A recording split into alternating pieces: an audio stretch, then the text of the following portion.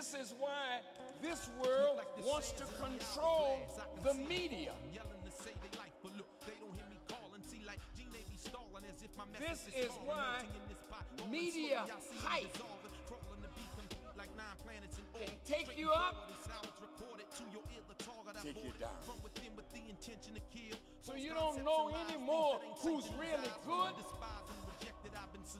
because the media can make a wicked man look good and make a good man look evil.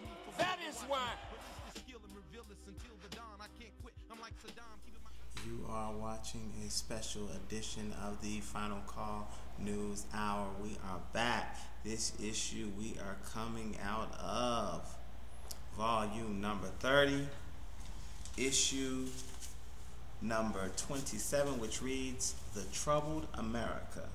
Farrakhan warns against U.S. war on Libya and major quake headed for the U.S.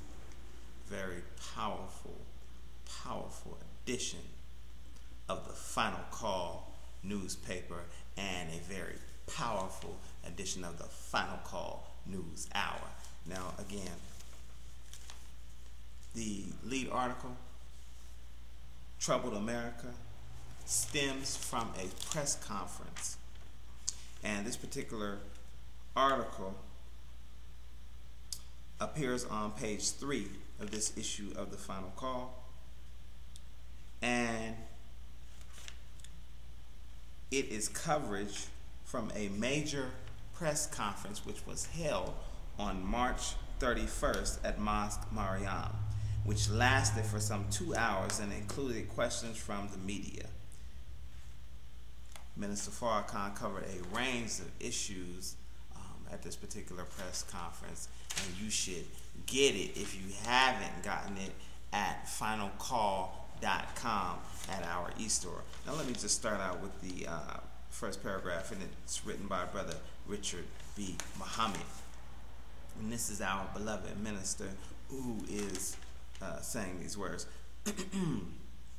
Chicago, Mosque Mariam. America will reap a major deadly earthquake and consequence of her evil and murderous ways against blacks, and President Obama has been turned in a dangerous way by satanic forces inside and outside of government. The Honorable Minister Louis Farrakhan spoke these bold truths March 31st during a press conference at the flagship mosque of the Nation of Islam.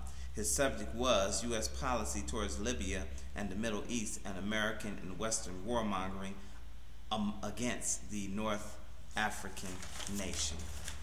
Now, at this particular press conference, the Honorable Minister Louis Farrakhan, he expressed his support and his love for Muammar Gaddafi and also his love for President Obama, but warned President Obama against being used by these satanic forces inside of government. And there are a number of issues that have been raised in regards to America's leading the bombing of a North African nation, Libya, which has a long-running relationship with the Nation of Islam. Let me give you a picture of our brother Muammar Gaddafi, and a side-by-side with the Honorable Minister Louis Farrakhan. And let me read something in regards to that. The minister said at this press conference, "I love Muammar Gaddafi, and I love our president. It grieves me to see my brother president set a policy that would remove this man not only from power, but from the earth," said the minister. This press conference initially had nothing to do with Libya, but was spawned by the recent Japanese earthquake, tsunami, and damage to nuclear plants. But God showed me a deeper meaning, Minister Farrakhan explained. He spoke to a bank of television cameras and still photographers in the mosque for the open press conference. Other journalists sat in the second row to ask questions. Death and destruction is at the door of all of us, and we are worse prepared than the Japanese, and the arrogance to think that our nuclear reactors are secure, said the minister. America has nuclear reactors sitting on major fault lines. Much death. I'm going to say it again. Much death is on its way. He added, the threat is not from black Muslims, but from an angry God and angry armed white people, Minister Farrakhan said. Now this is some heavy heavy teaching that the minister laid out at this press conference. And you know, like I said before, it stems from this bombing that our President Barack Obama did against Libya, beginning of March. I want to say March 19th. I'll get those actual facts. But the fact remains that President Obama has no reason, and America has no reason, the government of America has no reason to interfere in the affairs of a sovereign nation. Muammar Gaddafi is the leader of a revolution. Now I know they've called him the mad dog of the Middle East. They've called him maniacal. All of these names that they've been leveling against the brother since 1986. And what the minister said in regards to that was that they hate Muammar Gaddafi because he's a revolutionary leader. He came to power 40 years ago, and the public, you should take note of this, in a bloodless coup, meaning he removed the king, riding into power on the waves of a revolution. The king was removed, but nobody got killed. Now, you know, forgive me if I'm wrong, but if you're a ruthless dictator, shouldn't the blood of millions be upon your hands? And no leader in the world, including this one, including President Obama and all of his predecessors,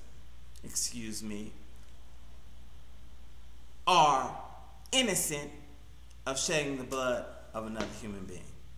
All of these people, all of these presidents in this country have been to war, but the problem has been that we don't place no value on the lives of anybody but Americans. And like I said before, like the article reads, you know, we got love for Muammar Gaddafi for what he has done for the Nation of Islam. And so pick up this latest paper. And again, that article appears on page 3. There's another article that is written by Brother Akbar, who's the international representative of the Nation of Islam, and the Honorable Minister Louis Farrakhan.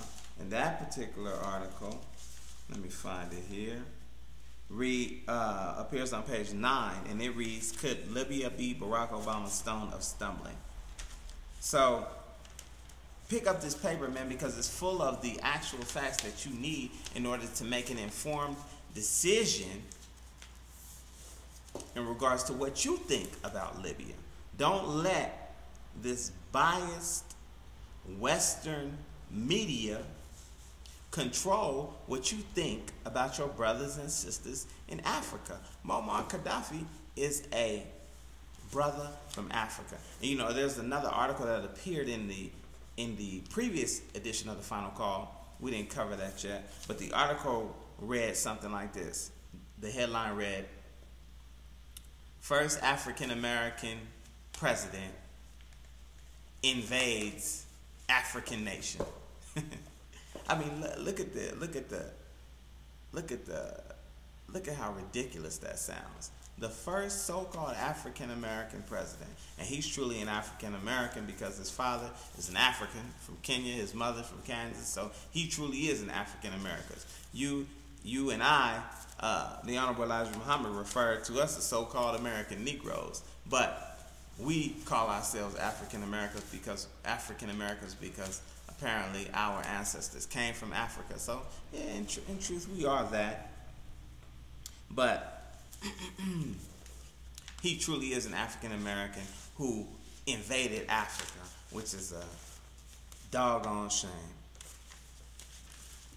Moving on to the next piece. And this piece appears on page, towards the end of the paper. And this paper is full.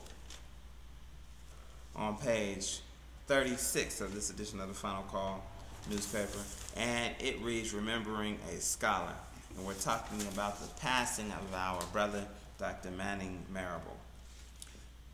Dr. Manning Marable, a noted scholar and founding director of the Institute for Research in African American Studies at New York's Columbia University, unexpectedly passed away April 1st, just 3 days before publication of a book based on decade-long study of the life of Malcolm X. In 2004, Dr. Manning Marable met in Chicago with the Honorable Minister Louis Farrakhan about the Malcolm X Project. The planned 2-hour meeting turned into a 6-hour conversation and 2-hour dinner. Dr. Marable, who was 60 years old when he died, also established the Center for Contemporary Black History and authored some 20 books, including works on intellectual and Pan-Africanist W.E.B. Du Bois and civil rights leader Medgar Evers. He also wrote a column, Color Lines, which was distributed in some 100 newspapers across the country. Dr. Manning Marable, may Allah, God be pleased with him, passed on, a noted scholar. And let's be on the lookout for that book. Usually books about the late great Malcolm X are usually somewhat poisonous in regards to the description of the Nation of Islam. And we can make it clear that the assassination of Malcolm X, it may have been committed by persons who were associated with the Nation of Islam. Maybe. We know for sure because they were the only ones in the room that it was committed by black people. But we also know for sure, according to the COINTELPRO, the counterintelligence program of the FBI and J. Edgar Hoover, that agents had infiltrated every black organization in the country. And the one that they wanted to destabilize and destroy the most was, and still is, the Nation of Islam. So it's reasonable to assume that the government played a major part in the death of Malcolm X. So we can go through that history, but y'all know what's cracking. I mean, the devil can't fool a Muslim nowadays. So look, that's been it for today. We just wanted to touch on those crucial issues. Again, go to www.finalcall.com, the eStore, and pick up that press conference. The minister also spoke on Monday, April 11th. We did an interview on Brother Akbar's show, so look out for that.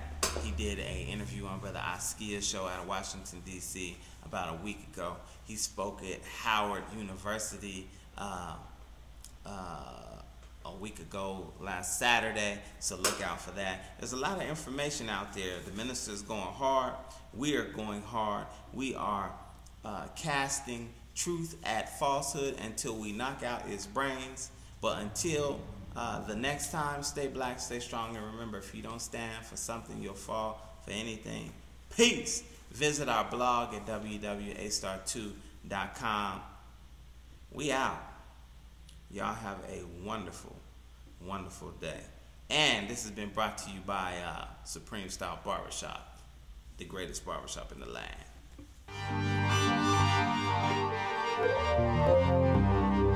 Yeah. Yeah. The cool. Turn me up. Yeah.